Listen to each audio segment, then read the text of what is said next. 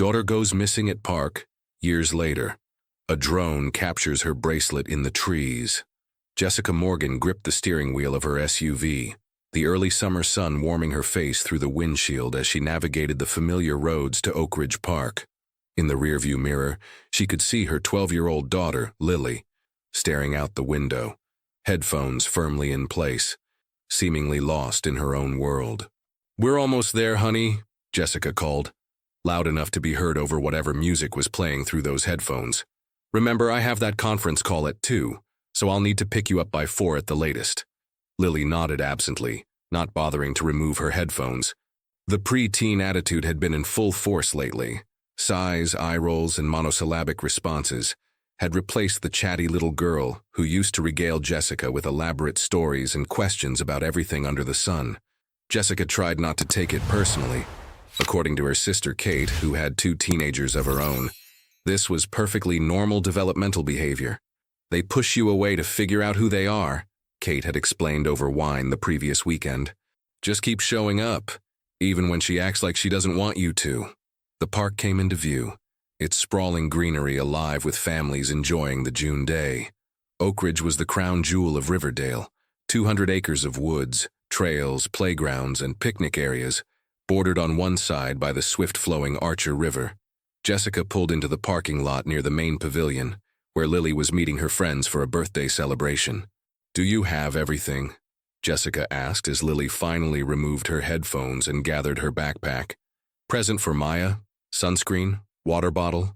"Yes, Mom," Lily sighed, the exasperation of the perpetually inconvenienced preteen evident in her voice. "I'm not a little kid." Jessica bit back the retort that immediately sprang to mind, that forgetting her water bottle on their hike last weekend had certainly suggested otherwise, and instead forced a smile. "I know, honey. Just being Mom. Text me if you need anything, okay? And remember, I'll be at the main entrance at 4. Lily was already halfway out of the car, her long, dark hair swinging behind her. "Maya's mom can drive me home if you're busy," she called over her shoulder, slamming the door before Jessica could respond. Jessica watched her daughter jog toward the playground, where a group of girls were already gathering around a picnic table decorated with balloons.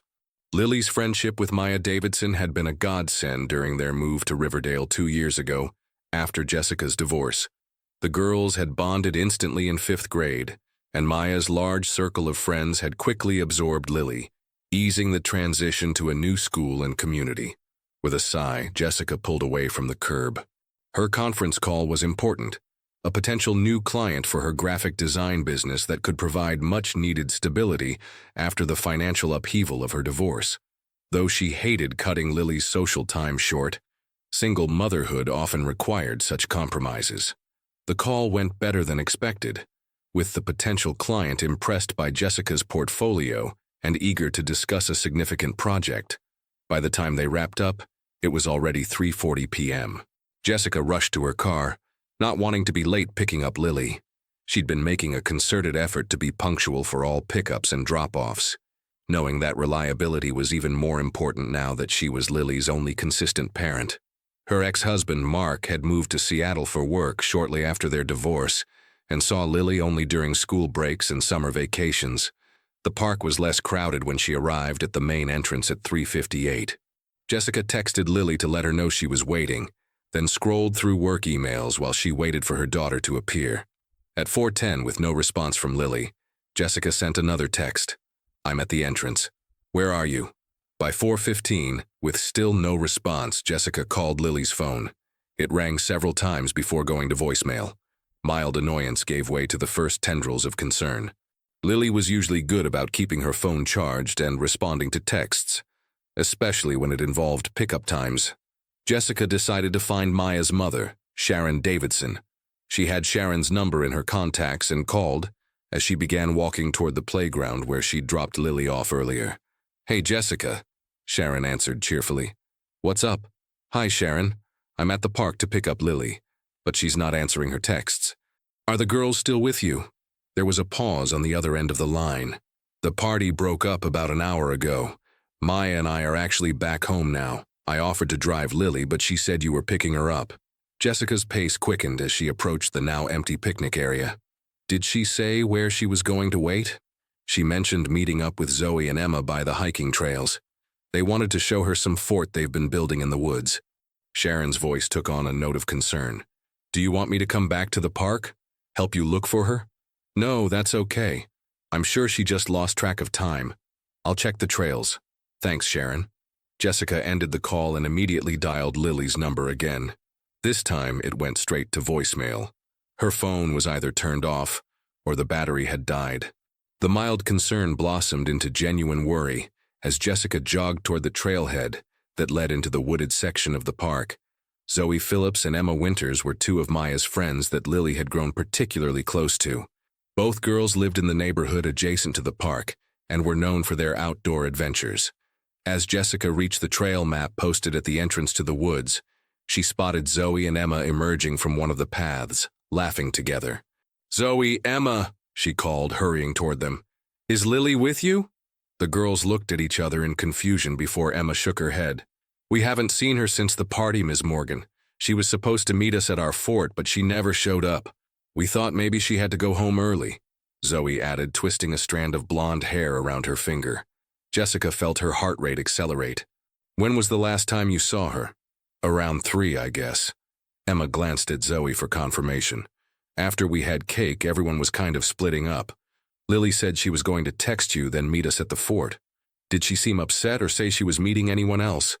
Jessica pressed, trying to keep her voice calm to avoid alarming the girls. Both shook their heads. She seemed normal, Zoe offered. She was wearing her friendship bracelet we all made yesterday. She was really happy with how it turned out.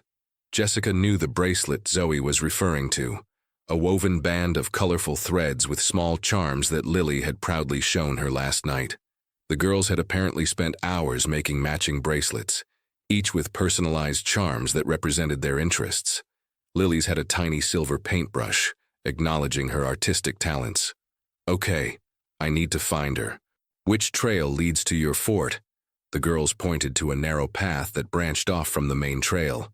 It's about 10 minutes in, where the big oak trees are. You can't miss it, Emma explained. Do you want us to help look for her? Jessica hesitated, torn between wanting all the help she could get and not wanting to worry the children or their parents. Could you two wait here for a few minutes? I'll check the fort quickly, and if she's not there, I might need you to show me other places she might have gone. The girls nodded solemnly, apparently beginning to grasp the seriousness of the situation. Jessica hurried down the path they had indicated, occasionally calling Lily's name. The woods were peaceful in the late afternoon light, sunbeams filtering through the dense canopy of leaves overhead. Under different circumstances, Jessica might have appreciated the natural beauty, but now, each shadow between the trees, each bend in the path, held the potential for answers she both sought and feared. After about 10 minutes of brisk walking, she reached a clearing dominated by several massive oak trees. In the branches of the largest tree, about 8 feet off the ground, was an impressive structure that could only be the girls' fort, a platform constructed from scavenged boards, with makeshift walls of branches and what appeared to be old tarps. Lily, Jessica called, her voice echoing among the trees. Lily, are you up there? Silence answered her. Jessica circled the tree, looking for any sign of her daughter. A crude ladder made of boards nailed to the trunk provided access to the fort. With a deep breath, Jessica began to climb, wincing as the rough wood scraped her palms. The fort was empty, with no indication that Lily had been there recently. 4 plastic bins were stacked in one corner, likely containing the girls' secret supplies. A forgotten water bottle, a dog-eared nature guidebook, and several candy wrappers were the only evidence of the fort's regular use. Jessica climbed back down, her worry intensifying with each passing minute. She hurried back to the trailhead where Zoe and Emma were still waiting, now joined by Zoe's mother, Amanda Phillips. Jessica, what's going on? Amanda asked, her forehead creased with concern. The girls said Lily is missing? I can't find her, Jessica confirmed, trying to keep her voice steady. She's not answering her phone and she wasn't at the fort. Did the girls mention any other places they might have gone today? Amanda turned to the girls. What about the river spot you all like? Or the cave near the East Trail? The girls exchanged glances. We were going to show Lily the river spot today, Emma admitted. It's kind of our secret place. We're not really supposed to go there alone. Jessica felt a chill despite the warm afternoon. Take me there. Now. The river spot turned out to be a small clearing beside the Archer River, accessed by a steep, unauthorized trail that branched off from the main path. It was easy to see why the spot appealed to adventurous preteens. Secluded, with a fallen tree that extended partially over the water, creating a natural pier from which to dangle feet on hot days. But there was no sign of Lily here either. Jessica's calls of her daughter's name went unanswered, swallowed by the rushing sound of the river. The girls looked increasingly distressed, sensing the gravity of the situation. I think we need to call the park rangers, Amanda said quietly, placing a hand on Jessica's shoulder. And maybe the police. Jessica nodded numbly, her mind racing through possibilities. Had Lily decided to explore on her own and gotten lost? Had she fallen somewhere on one of these unauthorized trails? Or had something more sinister happened? The next hour passed in a blur of increasing activity and alarm. Park rangers organized a systematic search of the trails. Police officers arrived, taking statements from Jessica, the girls, and Sharon Davidson, who returned to the park immediately upon hearing Lily was missing. As dusk approached, more officers arrived with search dogs, and volunteers from the community began to gather at the command post hastily established in the main parking lot. Jessica provided a recent photo of Lily, a school picture from 2 months earlier, and a description of what she had been wearing: jean shorts, a mint green t-shirt with a sunflower design, white sneakers, and the friendship bracelet with its distinctive silver paintbrush charm. We'll find her, Ms. Morgan, the lead officer, Sergeant Wilson, assured her. Kids wander off in these woods all the time. Usually they're found within a few hours, confused but perfectly fine. Jessica nodded, clinging to this reassurance even as she noted the careful neutrality of the officer's expression. He was kind but measured, clearly not wanting to offer false hope. As night fell, the search intensified rather than winding down. Powerful flashlights cut through the darkness as teams of officers and volunteers called Lily's name, their voices echoing through the woods. Search dogs sniffed articles of Lily's clothing that Jessica had retrieved from home, then led their handlers along various trails, only to lose the scent repeatedly. Jessica refused to leave the park, stationed at the command post where she could hear updates as they came in on the officers' radios. Her sister Kate arrived around 8 p.m., bringing coffee and sandwiches that Jessica couldn't eat. Her stomach knotted with fear. They'll find her, Kate said, her arm around Jessica's shoulders. Lily's smart and strong. If she's lost, she'll know to stay put and wait for help. Jessica nodded mechanically, having already played out every scenario in her mind. Lily was indeed smart, at the top of her class with a particular aptitude for science and art. She was also athletic and outdoorsy, the kind of kid who could identify various trees and plants on their hikes. If any child could survive a night in these woods, it would be Lily. But the woods weren't the only danger. The Archer River, with its swift current, flowed along one edge of the park, and beyond the natural hazards were the human ones that Jessica could hardly bear to contemplate. By midnight, the initial search had covered most of the park's established trails without success. Sergeant Wilson approached Jessica with an update, his face grave in the harsh light of the command post lamps. We're bringing in additional resources for first light, he explained. Thermal imaging drones, more search dogs, and a dive team for the river, though we have no indication she went near the water. Jessica felt her heart constrict at the mention of divers. You think she might be in the river? It's just a precaution, he assured her quickly. We're covering all possibilities. The drones will help us search areas that are difficult to access on foot. For now, I'd recommend you go home and try to get some rest. We have your number and we'll call immediately with any developments. Jessica shook her head firmly. I'm staying. I'll sleep in my car if I have to, but I'm not leaving until Lily is found. Sergeant Wilson nodded, understanding in his tired eyes. We'll find her, Ms. Morgan. We won't stop looking. But as the night gave way to a gray dawn, bringing with it the promised reinforcements and expanding search, Lily remained missing. The thermal imaging drones scanned the dense forest canopy, finding nothing but the occasional deer or raccoon. The dive team methodically searched the river near the park, emerging each time with grim headshakes. More volunteers arrived. Parents from Lily's school, members of Jessica's church, neighbors who barely knew them but were moved by the disappearance of a local child. Days passed, blending together in Jessica's exhausted mind. She took leave from work, setting up a virtual headquarters at her kitchen table, where she coordinated volunteer searches, approved flyers with Lily's photo, and managed the growing social media campaign. Mark flew in from Seattle, his initial anger at not being notified immediately giving way to the same hollow fear that had taken residence in Jessica's chest. Interviews with park visitors from that day yielded little new information. A few people recalled seeing a girl matching Lily's description near the main pavilion during the birthday party, but no one remembered seeing her afterward. The last confirmed sighting was by Sharon Davidson, shortly after 3 o'clock, when the party was breaking up. The investigation expanded beyond the park. Police checked security footage from nearby businesses, interviewed known offenders in the area, and followed up on every reported sighting, no matter how implausible. Lily's case received national attention, her school photo appearing on news broadcasts alongside the now familiar details.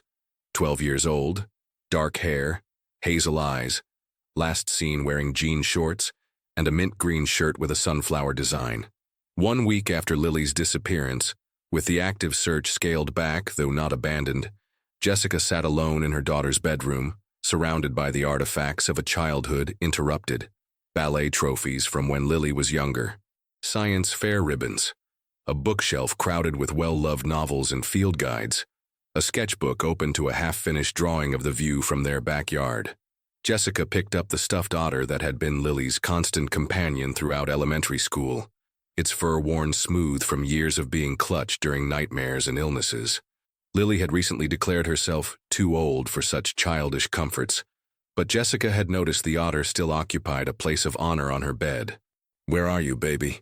Jessica whispered, pressing the toy to her chest. "Please give us a sign, something to help us find you." Outside, rain began to fall, gentle at first, then increasing to a steady downpour that matched the tears streaming down Jessica's face. The weather forecast predicted storms for the next 3 days, storms that would wash away any remaining scent trails, make drone searches impossible, and further hamper the increasingly desperate efforts to find Lily Morgan. Jessica curled up on her daughter's bed, still clutching the stuffed otter, and gave herself over to the grief she had been fighting since that first unanswered text message. Somewhere in this town, or beyond it, her daughter was missing, lost, or taken, or worse. And despite every effort, every resource, every prayer, they were no closer to finding her than they had been on that sunny afternoon, when Lily had walked away from the car, headphones in place, not bothering to look back. 2 years passed like a slow-motion nightmare. Seasons changed, holidays came and went, and life in Riverdale continued for everyone except Jessica Morgan, who remained suspended in the amber of June 17th, the day her daughter vanished. The Morgan house on Sycamore Street became instantly recognizable in the community, not for its modest colonial architecture or well-tended garden, but for the porch light that burned continuously, day and night, regardless of the electric bill. Jessica had turned it on the night Lily disappeared and refused to switch it off. "It's so she can find her way home," she explained to anyone who asked, though fewer people asked as the months dragged on. On this particular morning, a chilly April day with rain threatening, Jessica sat at her kitchen table reviewing the latest report from the private investigator she'd hired 18 months earlier. Thomas Reed was a retired FBI agent who specialized in missing children cases, and though he'd produced no concrete leads, his methodical approach and refusal to give up had made him Jessica's last remaining hope. The phone rang, interrupting her reading. Jessica glanced at the caller ID and sighed before answering. "Hi, Mark." "Jessica." Her ex-husband's voice was neutral, carefully controlled. "I got your email about the foundation fundraiser. I'll send a donation, but I can't attend." Jessica had expected this response. Mark had moved back to Seattle 6 months after Lily's disappearance, unable to bear the constant reminders in Riverdale. His grief had taken a different form than Jessica's. Where she had transformed her pain into relentless action, Mark had retreated, focusing on his work and rarely discussing their daughter. "It would mean a lot if you came," she persisted. The Find Lily Foundation is gaining traction. We're funding search technologies that could help other families too. I can't, Jess. I have meetings that week that can't be rescheduled. His tone softened slightly. But I'm glad the foundation is doing well. Lily would be proud of you. The use of the conditional tense would be, not is, scraped against Jessica's heart like a dull blade. Mark had started to speak of Lily in the past tense about a year after her disappearance. Jessica never did. She's still out there, Mark, she said quietly but firmly. I feel it, and when we find her, she'll need both her parents. The silence on the other end of the line spoke volumes. Finally, Mark sighed. I'll call you next week about the donation. Take care, Jessica. After hanging up, Jessica returned to the investigator's report, though the words blurred as her mind drifted to thoughts of her ex-husband. They had been separated for 3 years and divorced for nearly 2 when Lily disappeared. The tragedy had briefly reunited them in shared grief, but ultimately, it had driven the final wedge between them. Mark had wanted to move forward, to accept what he saw as the inevitable conclusion that Lily was gone forever. Jessica had refused, channeling every ounce of her energy into the search. The doorbell rang, pulling Jessica from her thoughts. She opened the door to find Kate on the porch, arms laden with grocery bags. I come bearing sustenance, her sister announced, brushing past Jessica into the kitchen. And before you object, yes, you do need to eat actual food, not just coffee and those meal replacement bars. Jessica managed a small smile, grateful for Kate's steady presence over the difficult years. While other friends and family had gradually drifted away, uncomfortable with Jessica's refusal to move on, Kate had remained a constant, balancing respect for Jessica's ongoing search, with gentle reminders about self-care. Reed's latest report came today, Jessica said, helping Kate unpack the groceries. Nothing significant. He interviewed that hiker again, the one who thought he saw a girl matching Lily's description near the state park last fall, but the timeline doesn't work out. Kate nodded, saying nothing as she began preparing ingredients for a simple pasta dish. She had learned that Jessica needed to process these disappointments aloud, even when there was nothing new to say about them. The drone program is making progress, though, Jessica continued, more animated now. The new thermal imaging technology they've developed can penetrate denser forest canopies. We're planning to resurvey the expanded area around Oak Ridge Park next month. That's great, Jess, Kate said, genuinely impressed with her sister's perseverance. The Find Lily Foundation had grown from a small local effort into a nationally recognized organization, supporting both ongoing searches for missing children and the development of new search technologies. Jessica now worked for the foundation full-time, having sold her graphic design business a year after Lily's disappearance. After dinner, which Jessica barely touched despite Kate's efforts, they sat in the living room with tea. The walls were covered with maps, timelines, and photos of Lily, not just the school picture that had been circulated in the media, but dozens of snapshots showing her throughout childhood, smiling with missing front teeth, frowning in concentration over a science project, laughing on a tire swing in this very backyard. The anniversary event is coming together well, Kate offered, steering the conversation toward practical matters. The mayor confirmed he'll speak, and 3 local news stations are covering it. Jessica nodded absently, her gaze fixed on a photo of Lily from the previous summer, taken during a hiking trip just weeks before she vanished. In it, Lily stood proudly at the summit of Eagle Ridge, arms raised in triumph, her dark hair lifted by the mountain breeze. She'd be 14 now, Jessica said softly, starting high school in the fall. Kate reached across and squeezed her sister's hand, saying nothing because there was nothing adequate to say. That night, after Kate left with promises to return the next day, Jessica followed her nightly ritual. She checked that the porch light was on, then moved through the house, looking at each photo of Lily, touching her fingers to her daughter's face, whispering goodnight. She paused longest at Lily's bedroom, which remained exactly as it had been 2 years ago, the desk cluttered with art supplies, the bookshelf overflowing, the bed neatly made with the stuffed otter propped against the pillows. Some well-meaning friends had suggested that maintaining the room like a shrine was unhealthy, that it prevented Jessica from healing. But to Jessica, changing Lily's room would be an admission of defeat, an acknowledgement that her daughter wasn't coming home. And that was something she refused to accept. Sleep came fitfully, as it always did. In her dreams, Jessica searched endless woods, calling Lily's name, following glimpses of mint green through the trees, but never quite catching up. She woke just after dawn, exhausted but driven by the familiar restless energy that had sustained her these past 2 years. After showering and dressing, Jessica checked her email and found a message from Eric Chen, the drone technology expert who had been working with the foundation. He wanted to meet to discuss the upcoming survey of Oak Ridge Park. Jessica agreed to see him that afternoon at the foundation's small office downtown. The Find Lily Foundation occupied the second floor of a converted Victorian house on Main Street. What had once been bedrooms now served as offices, with the largest space dedicated to a command center of sorts. Maps, bulletin boards, and a large conference table where volunteers gathered to coordinate search efforts and awareness campaigns. Eric was waiting when Jessica arrived, his laptop open on the conference table. In his early 30s, with perpetually rumpled clothes and an earnest demeanor, Eric had become one of Jessica's most dedicated allies. He had approached her 6 months after Lily's disappearance, offering his expertise in drone technology pro bono. "I've been refining the search grid," he explained, showing Jessica a detailed topographical map of the expanded area around Oak Ridge Park.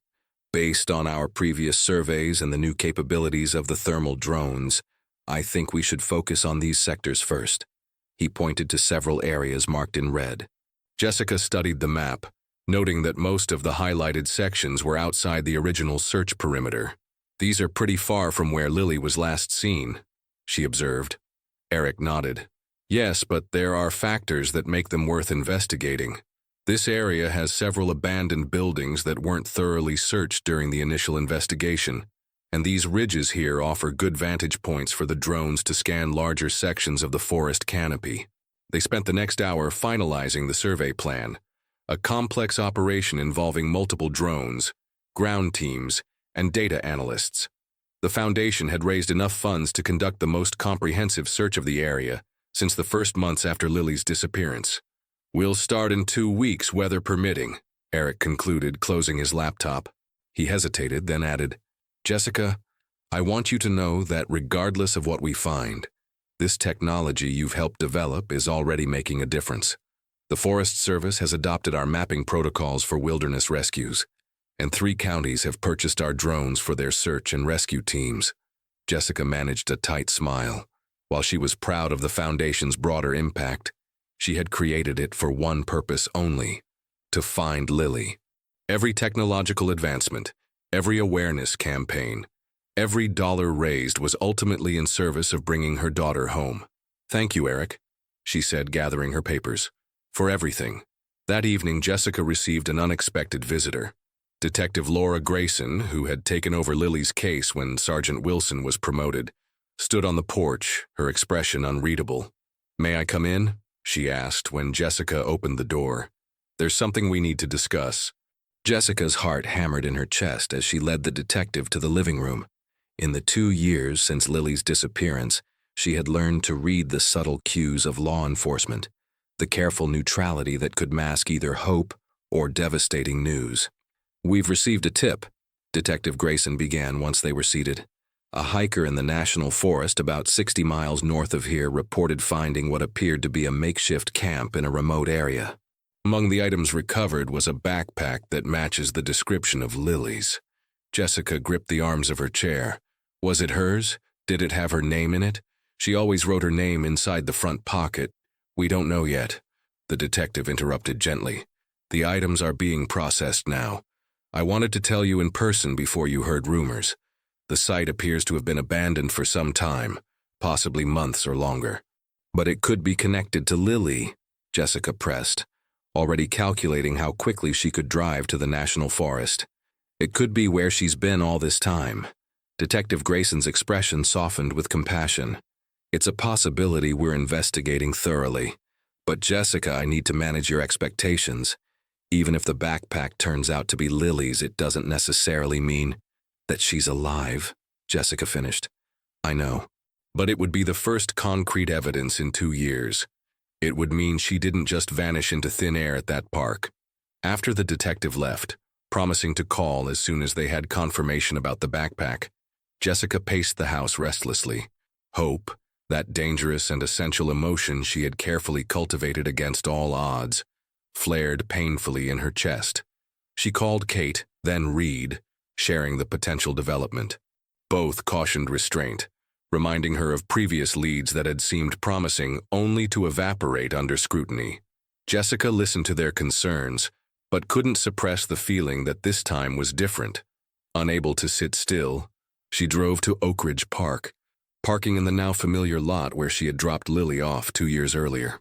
The park had become both sanctuary and torment for Jessica. She visited weekly, walking the trails, studying the terrain, questioning her memory of that day. What had she missed? What clue had been right in front of her? The evening was cool but clear, the park relatively empty as dusk approached. Jessica followed the main trail to the point where it branched off toward what the girls had called their secret spot by the river. The unofficial path was less distinct now, nature gradually reclaiming it without the regular traffic of adventurous preteens. Jessica made her way carefully down to the river's edge, where the fallen tree still extended over the water. This spot had been thoroughly searched in the days after Lily's disappearance, with dive teams combing the river and cadaver dogs sniffing along the banks. Nothing had been found. No clothing, no personal items, no evidence that Lily had ever been there. Yet Jessica returned regularly, drawn by some instinct she couldn't explain. Today, with the possibility of the backpack discovery, the location seemed to hold new significance. As she stood by the river, watching the current flow ceaselessly eastward, Jessica's phone rang. Detective Grayson's name appeared on the screen. "We've confirmed it," the detective said without preamble. "The backpack found at the camp is the same model as Lily's, but there's no name inside. No definitive way to connect it to her specifically. It could belong to any child." Jessica closed her eyes, absorbing the disappointment that had become so familiar. What about other items at the camp? Was there anything else that might be connected? Some clothing, food wrappers, basic survival gear. Nothing that points directly to Lily. The camp appears to have been used by someone living off the grid, possibly a hiker or transient. "We're continuing to investigate, but..." The detective's voice trailed off, the implication clear. Another dead end. After hanging up, Jessica remained by the river, watching the fading light reflect off its surface. The brief spark of hope dimmed, but didn't extinguish entirely. It never did. Back home, she opened her laptop and began typing a message to the Foundation's volunteers, updating them on the backpack lead and refocusing attention on the upcoming drone survey. Action was her antidote to despair, always had been, even before Lily's disappearance. Now it was her lifeline. The following week brought a flurry of activity as preparations for the drone survey intensified. Equipment was tested, permissions secured from local authorities, volunteers assigned to search sectors. Jessica threw herself into the logistics, working late into each night. On Friday afternoon, as Jessica was reviewing the final schedule at the Foundation office, her phone lit up with an unfamiliar number. She almost ignored it. Unknown callers were often well-meaning strangers with tips that led nowhere, but something made her answer. "Ms. Morgan, this is Diane Reynolds from Channel 8 News. I'm calling about the drone footage that was submitted to our station earlier today." Jessica frowned, confused. "What drone footage? You haven't seen it?" The reporter sounded surprised. "Someone sent our newsroom aerial footage of the wooded area near Oak Ridge Park. They claimed it shows evidence related to your daughter's disappearance. I assumed it came from your foundation." Jessica's pulse quickened. "It didn't. Our survey doesn't start until next week. What does the footage show?" The reporter hesitated. "I think it would be better if you saw it yourself. Can you come to the station? We're trying to verify its authenticity before broadcasting anything." Within 20 minutes, Jessica was at the Channel 8 studios, being ushered into a small viewing room where Diane Reynolds waited with a laptop. Detective Grayson had also been called and arrived moments after Jessica.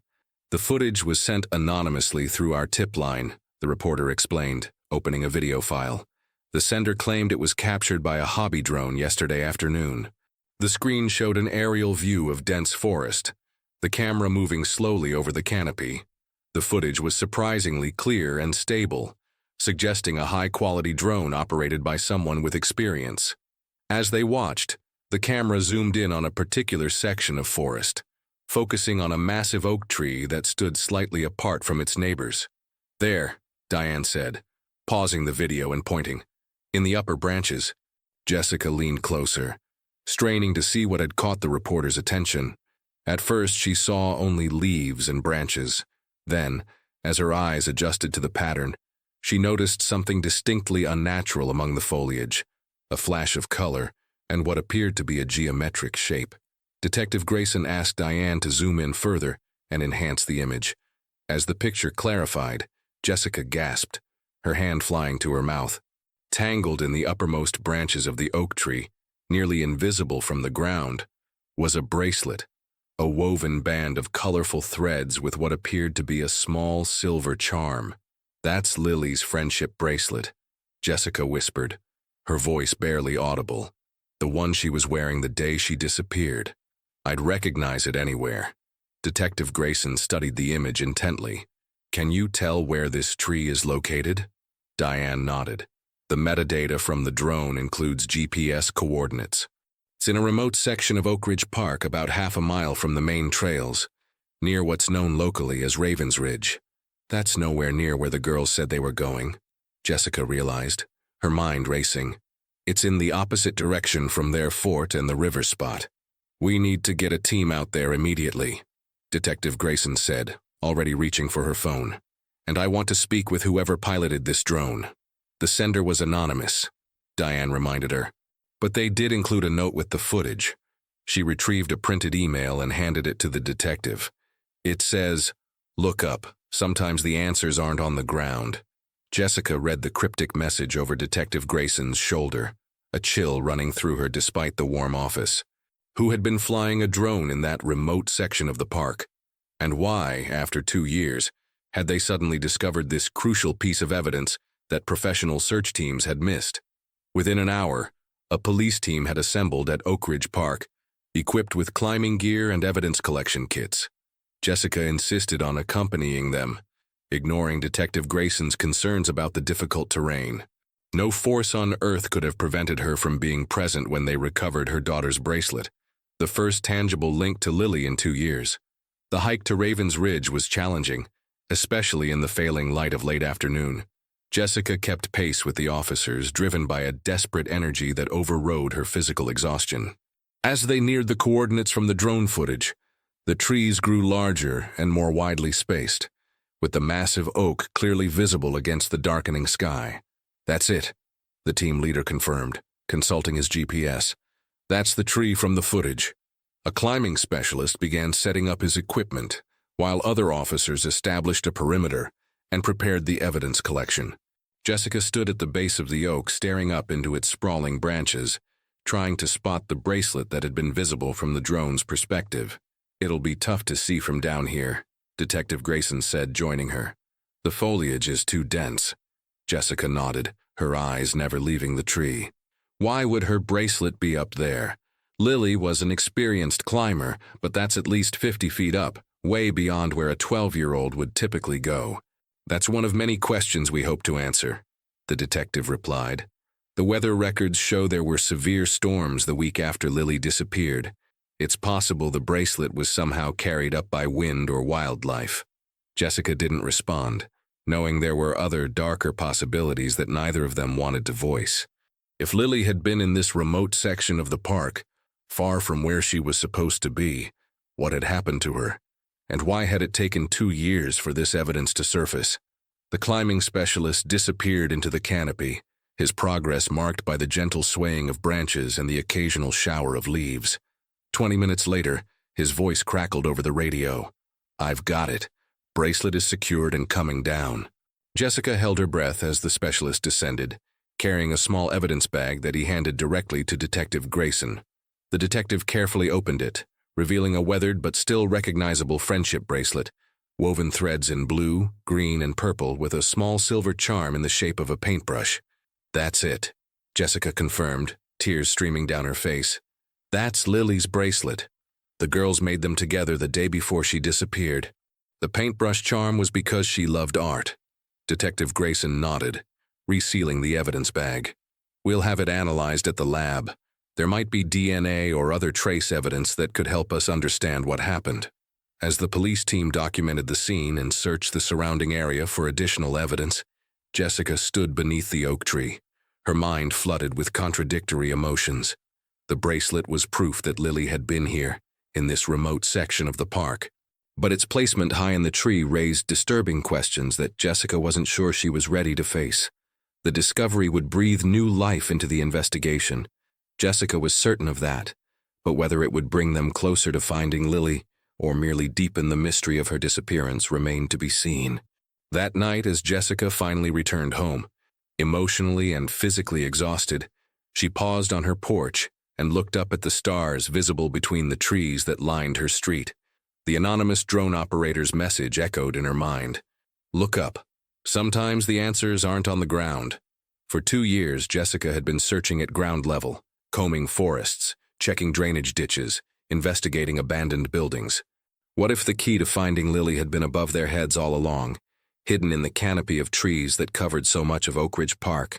With renewed determination, Jessica entered her house and went straight to her laptop.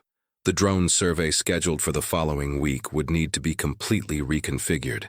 Instead of focusing on thermal imaging of the ground, they would need to develop new protocols for scanning the forest canopy itself. As Jessica began typing an urgent email to Eric Chen, she felt something she hadn't experienced in months, a flicker of genuine hope. The bracelet wasn't just evidence, it was a message, and for the first time in 2 years, Jessica believed she might finally be listening to the right frequency. Jessica watched as Eric Chen's team prepared the drones for their first flight. The morning sun cast long shadows across their makeshift command center at the edge of Oak Ridge Park. "We're ready for the first sector," Eric called. "The new canopy-penetrating cameras should give us much clearer images than our previous surveys." In the 4 weeks since finding Lily's bracelet in the oak tree, the investigation had been reimagined.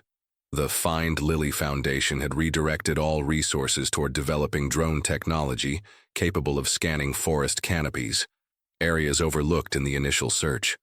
Detective Grayson joined Jessica as the first drone lifted off.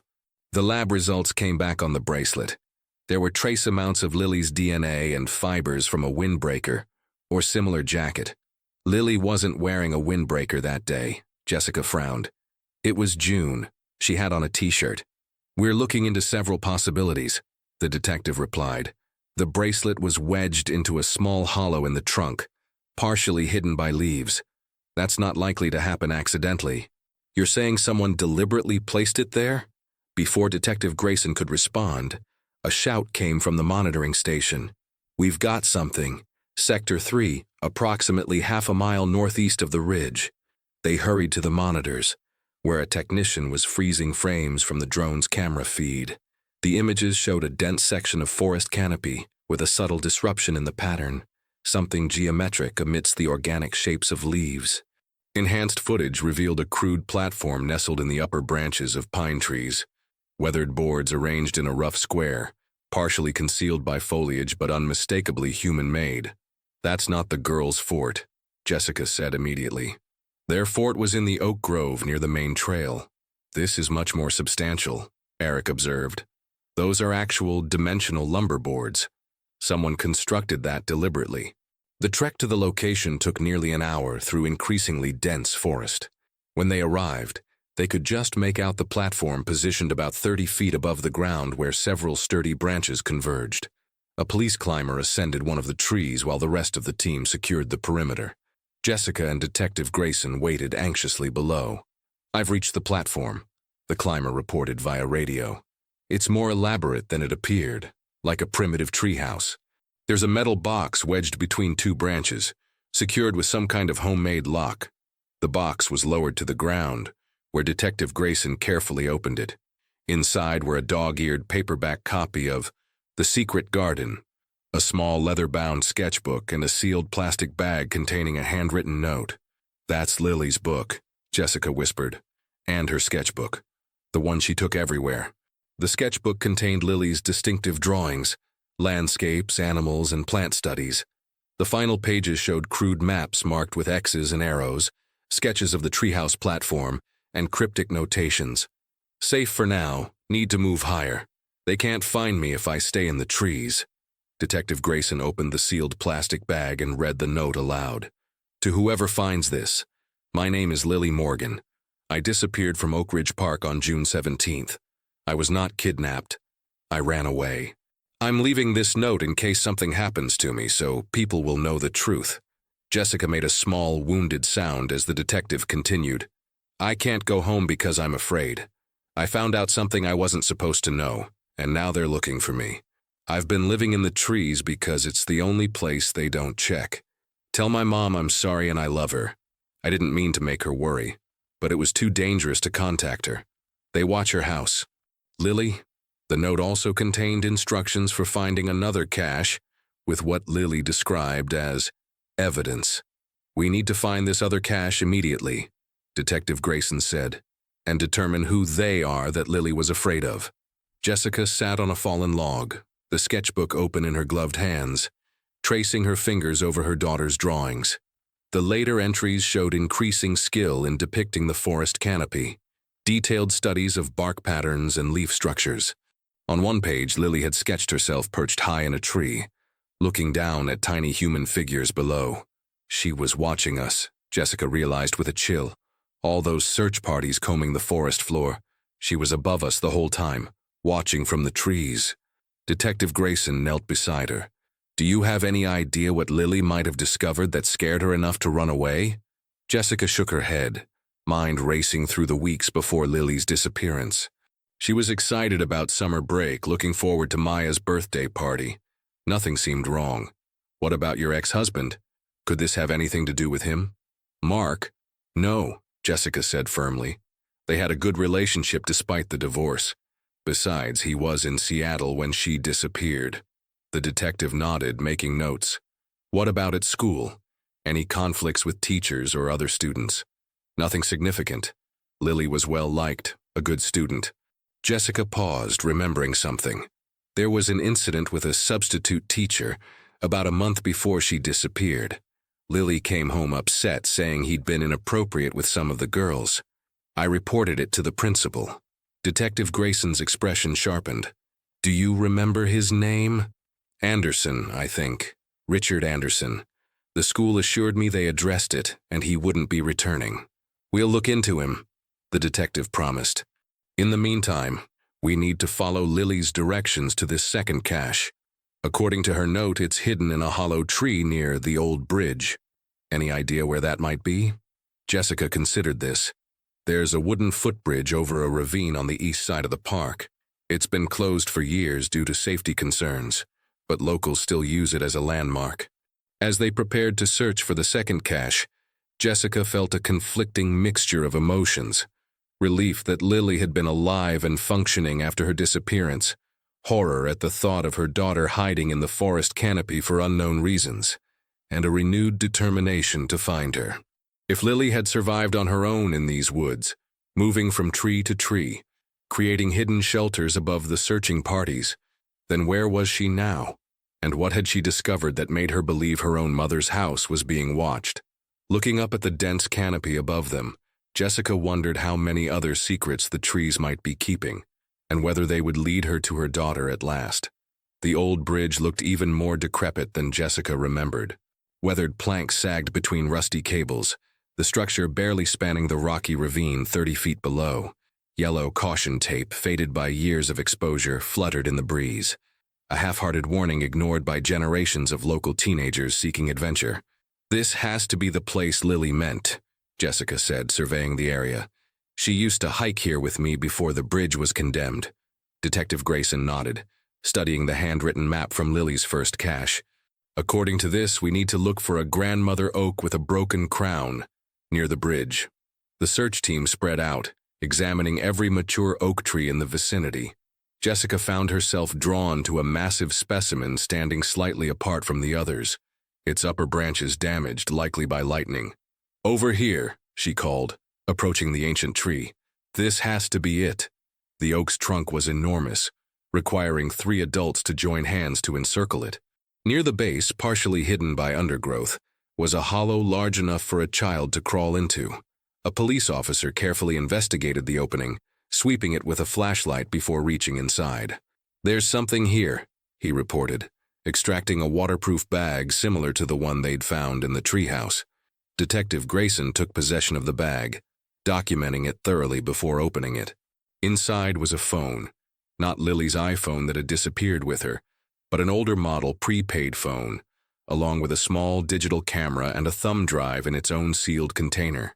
"Smart girl," murmured Eric, who had joined the search. The waterproofing protected the electronics. The detective handed the phone to a tech specialist, who confirmed it still had battery life after being preserved in the waterproof bag. The camera and thumb drive were similarly functional. "We'll need to get these back to the lab for proper analysis," Detective Grayson said. "But let's see what we're dealing with." The phone contained no contacts or call history, but its gallery held dozens of photos, all appearing to be surveillance images taken from a distance. Many showed the same two men, one middle-aged with thinning hair, the other younger with a distinctive tattoo visible on his forearm. "I recognize him," Jessica said, pointing to the older man. "That's Richard Anderson, the substitute teacher I mentioned." Detective Grayson studied the images. These were clearly taken covertly. Lily was following these men, documenting their activities. The digital camera contained similar surveillance photos, but also images of documents. Papers spread on a desk, a computer screen showing what appeared to be financial records, and a notebook filled with handwritten entries. "I don't understand," Jessica said, struggling to process what she was seeing. "Why would Lily be spying on her substitute teacher?" "Let's check the thumb drive," suggested the tech specialist. "It might have more answers." Back at the command center, they connected the thumb drive to a secure laptop. It contained a single text document titled "Read Me First" and a folder of additional photos and video files. Jessica read the document aloud, her voice shaking. "If you're reading this, you found my second cache. I hope it's the police or my mom. I know what Mr. Anderson and his partner are doing. I saw them at the park the day of Maya's party. They were meeting with a man in a blue car, exchanging something. I took pictures because it looked suspicious. When I zoomed in on the photos later, I saw they were passing money and what looked like drugs. I recognized Mr. Anderson from school. The school fired him after he was inappropriate with some girls, but they didn't report him to the police. I followed him after I saw him at the park. He and the other man have been distributing drugs to teenagers. I have photos of them meeting high school kids at night in the park parking lot. I was going to tell Mom, but then I overheard them talking about a nosy kid with a camera. They saw me taking pictures. I got scared and decided to hide. I've been watching them from the trees. They've been looking for me, pretending to help with the search parties. I've seen them watching our house too. The blue car belongs to someone named Curtis Finley. I heard them say his name. He supplies the drugs. Please be careful. They're dangerous." The silence that followed was profound. Jessica stared at the screen, trying to reconcile the image of her artistic, nature-loving daughter with this junior detective who had uncovered a drug distribution ring and gone into hiding to protect herself. Detective Grayson was already on her phone, requesting background checks on Richard Anderson and researching Curtis Finley. The tech specialist began methodically reviewing the photos and videos on the thumb drive, documenting potential evidence. "We need to get this information to the Drug Enforcement Unit immediately," Detective Grayson said after completing her call. "If Lily's observations are accurate, this operation has been targeting teenagers for at least 2 years." "But where is Lily now?" Jessica asked, the weight of this revelation settling heavily on her shoulders. "If she was hiding in the trees, watching these men, watching our search parties, where did she go?" The detective had no answer to offer. The last dated surveillance photo on the phone was taken 8 months ago. There's nothing more recent that would indicate her current location or status. 8 months of silence. 8 months without new evidence hidden in the trees. The implications made Jessica's blood run cold. As the team packed up their equipment, preparing to transport the evidence back to police headquarters, Jessica stood apart, gazing up at the forest canopy. Somewhere in these woods, her daughter had created a life among the branches, watching the world from above, documenting criminal activity at great personal risk. Had her careful surveillance eventually exposed her? Had Anderson and his partner finally spotted her in the trees? Or had Lily simply moved on, seeking safety elsewhere when the forest no longer provided adequate protection? That night, Jessica sat in Lily's room, surrounded by the familiar artifacts of her daughter's interrupted life. The revelation of Lily's activities had transformed her understanding of the disappearance, replacing the nameless fear of a random predator with the concrete threat of men who had specific reason to silence her daughter. She picked up Lily's stuffed otter, clutching it as Detective Grayson's words echoed in her mind. "We're treating this as a criminal investigation now, not just a missing persons case." These men had motive and opportunity. A soft knock at the bedroom door interrupted her thoughts. Kate entered, carrying 2 mugs of tea. "I just heard from Detective Grayson," Kate said, settling beside Jessica on the bed. "They've identified Curtis Finley. He's a known drug dealer who was arrested last year in a different county, but released on a technicality. They're bringing him in for questioning now." Jessica nodded absently, her focus drifting to the window where moonlight illuminated the backyard. Her eyes traveled upward to the maple tree that had been Lily's favorite climbing spot as a younger child.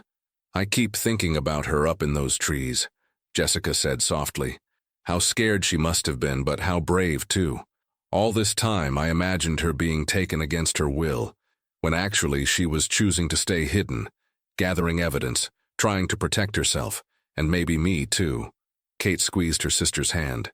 "That sounds exactly like Lily. Remember how she used to stand up to those boys who were bullying the younger kids at the playground? She's always had a strong sense of justice."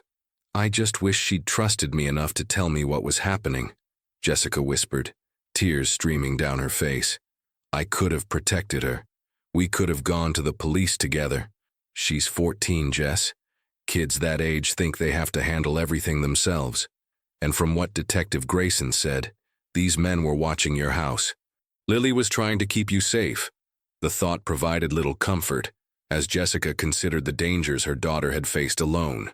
A child living in the forest canopy, moving from tree to tree to avoid detection, surviving through changing seasons with minimal supplies. It seemed impossible, yet the evidence confirmed it. The following morning brought a breakthrough. Curtis Finley, faced with the evidence on Lily's thumb drive and the prospect of serious drug trafficking charges, agreed to cooperate in exchange for leniency. "He's confirmed much of what Lily documented," Detective Grayson reported, meeting Jessica at the Foundation office. "Anderson was the one who noticed Lily taking photos at the park. They searched for her initially, thinking they could intimidate her into giving up the evidence, but when the missing person case gained attention, they realized they had a bigger problem." "Did he say whether they found her?" Jessica asked, dreading the answer. "He claims they never did. According to Finley, they spent weeks searching the woods but found no trace of her. They eventually assumed she had fled the area entirely." Jessica absorbed this information, uncertain whether to believe it. "And Richard Anderson? Still missing. He disappeared 3 days ago when we started investigating. His apartment was cleared out. Looks like he left in a hurry. We've issued a warrant and alerted surrounding states." The hunt for Anderson intensified over the following days. His photo appeared on news broadcasts and social media, identified now not as a potential witness in Lily's disappearance, but as a suspect in both her case and a drug distribution operation. 1 week after the discovery of Lily's evidence cache, Jessica received an unexpected visitor at the Foundation office. Maya Davidson, now 14 and noticeably taller than she had been 2 years ago, stood awkwardly in the doorway, twisting the strap of her backpack in her hands. "Maya," Jessica said, surprised. She hadn't seen much of Lily's friend since the early days after the disappearance, when the shock was still fresh. "Is everything okay?" "I need to tell you something," Maya said, her voice barely above a whisper. "About Lily." Jessica ushered Maya into her office, heart racing at the teenager's serious expression. "What about Lily? Do you know something?" Maya glanced around nervously before setting her backpack on the desk. "I got an email yesterday," she said, pulling out her phone, "from an address I didn't recognize, but I knew it was from Lily as soon as I read it." Jessica's hand trembled as Maya passed her the phone. The message was brief. Maya, I'm coming back, but I need help. Mr. A is still looking for me. Tell only my mom, no one else. Meet at our old spot Friday at 4. Bring warm clothes and food. No phones. L. Our old spot is the tree fort, Maya explained. The one where we found her bracelet. Friday is tomorrow. Jessica read the message 3 times, analysis warring with desperate hope. How do you know it's really from her? It could be Anderson trying to lure you into the woods. There's a code phrase we made up when we were little, something only Lily would know. Maya pointed to the email signature, which included a seemingly random sequence. SWAC 2010 GS. It stands for Sealed with a Kiss 2010 Golden Scepter. It was our pretend kingdom in 5th grade. We were the only ones who knew about it. Jessica felt tears welling. This was Lily. Clever, cautious Lily reaching out at last. We need to tell Detective Grayson, she began. But Maya shook her head frantically. The email said no one else. What if they're monitoring the police?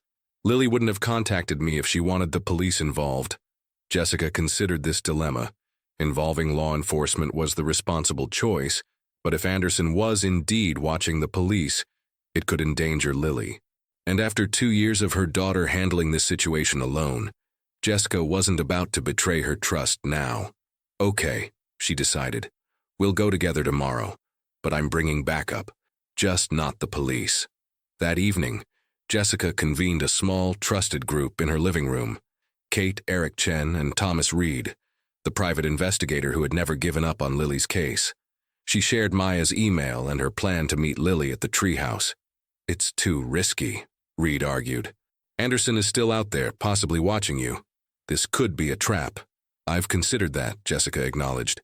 But the code phrase convinces me it's genuine, and I'm not going in unprepared. They developed a strategy. Eric would position drones with thermal imaging to monitor the surrounding forest. Kate and Reed would establish a perimeter around the meeting spot, armed and vigilant. Jessica would approach the treehouse with Maya, following Lily's instructions exactly. If anything feels wrong, we abort immediately, Jessica insisted. But if Lily is really there, I'm bringing my daughter home. The following afternoon, Jessica and Maya hiked through Oak Ridge Park, backpacks containing the requested supplies. They avoided the main trails, taking a circuitous route to minimize the chance of being followed. Kate and Reed had gone ahead, positioning themselves strategically around the target area. It's just through these trees, Maya whispered as they approached the clearing where the towering pines stood. The platform was barely visible from the ground, a shadow among the branches 30 feet above. Jessica's phone vibrated once, a signal from Eric that the thermal imaging had detected a human figure in the treehouse. Her heart nearly stopped. Someone was up there, waiting. Hello? She called softly, stepping into the clearing. Lily? Silence. It's Mom and Maya. She tried again. We came like you asked. No police, no phones. A rustle of movement came from above, then a voice. Changed, deeper but unmistakable. Prove it's just you. We brought Golden Scepter supplies, Maya called back using their childhood code. SWAC 2010. More movement. Then a face appeared at the edge of the platform, thin, tanned by sun exposure, framed by short-cropped hair, instead of the long, dark waves Jessica remembered. But the eyes, those were Lily's eyes, watching cautiously from above. Mom? The voice cracked with emotion. It's me, baby. It's safe now. You can come down. Lily hesitated, scanning the surrounding forest. Is he out there? Anderson? No, Jessica assured her. The police are looking for him. He's running, not hunting. Slowly, with the careful movements of someone accustomed to navigating heights, Lily descended a crude rope ladder attached to the platform. When her feet touched the ground, she stood uncertainly, a wild creature unsure of human contact. Jessica approached gradually, arms open but not reaching. At 14, Lily was taller than she had been at 12, but painfully thin. Her clothes, layers of faded, patched garments, hung loosely on her frame. Most shockingly, her beautiful dark hair had been chopped short in a practical but uneven cut. Lily, Jessica whispered, stopping a few feet away. You're alive. You're really alive. Something broke in Lily's carefully maintained composure. With a small, wounded sound, she closed the distance between them, collapsing into her mother's embrace. I'm sorry, she sobbed against Jessica's shoulder. I'm so sorry, Mom. I didn't know what else to do. They were looking for me, and then they started watching our house and I was so scared. Shh, Jessica soothed, holding her daughter as if she might disappear again at any moment. You're safe now. You did the right thing. You survived. Maya stood aside, tears streaming down her face as she watched the reunion. Kate and Reed maintained their positions, securing the area while giving mother and daughter privacy. When Lily's tears subsided, Jessica led her to a fallen log where they could sit. Can you tell me what happened? After Maya's birthday party? Lily's story emerged in halting fragments. She had noticed Anderson and his partner during the party, conducting what looked like a drug deal. Curious and concerned, she had followed them instead of meeting her friends at the fort. I took pictures with my phone, she explained. But when I zoomed in later, I realized what they were doing. Then I remembered all the warnings we had about Mr. Anderson at school. She had continued following the men over the next few days, documenting their activities and discovering their operation to sell drugs to teenagers in the park. When they became aware of her surveillance, Lily had panicked and hidden in the woods. I was going to wait just a day or two until they stopped looking, she continued. I built the first platform in that big oak tree, the one where you found my bracelet. I could see everything from up there. But then the police started searching, and it became this huge thing.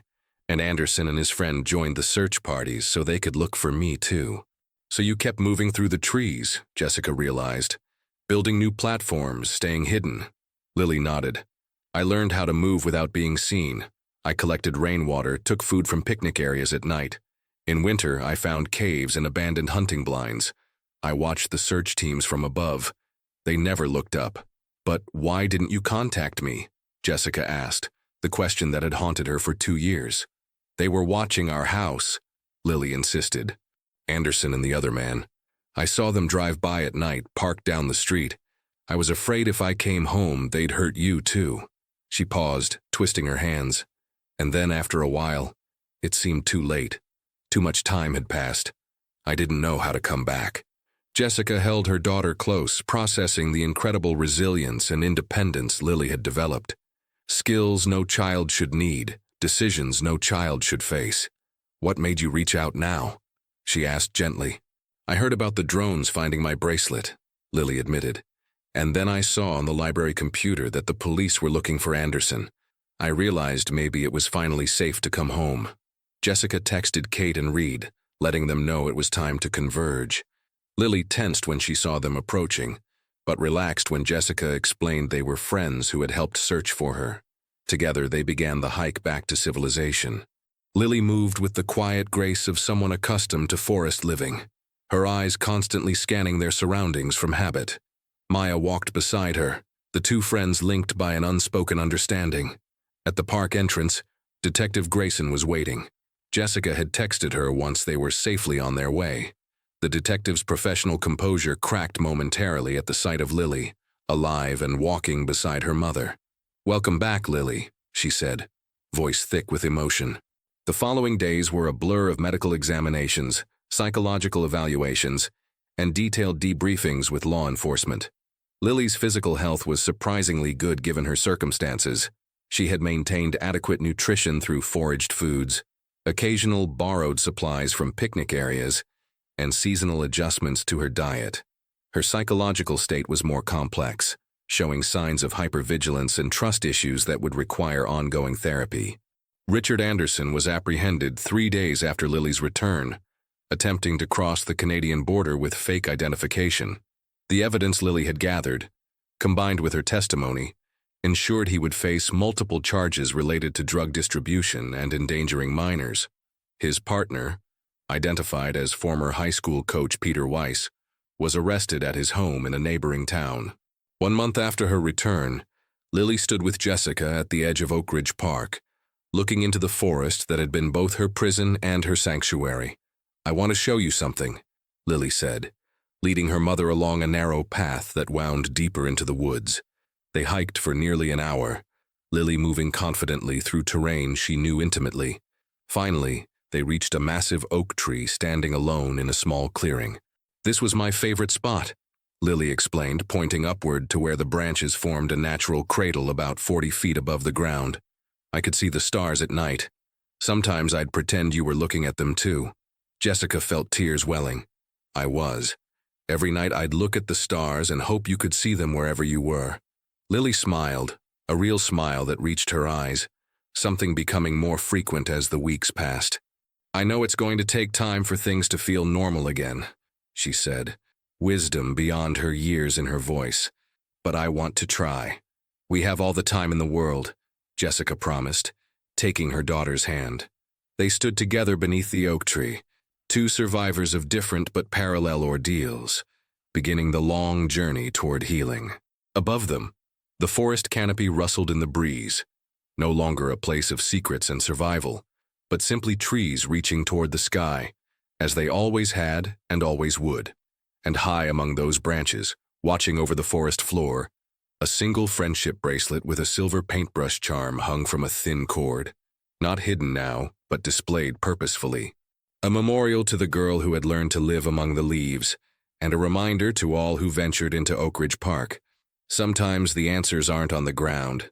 Sometimes you have to look up,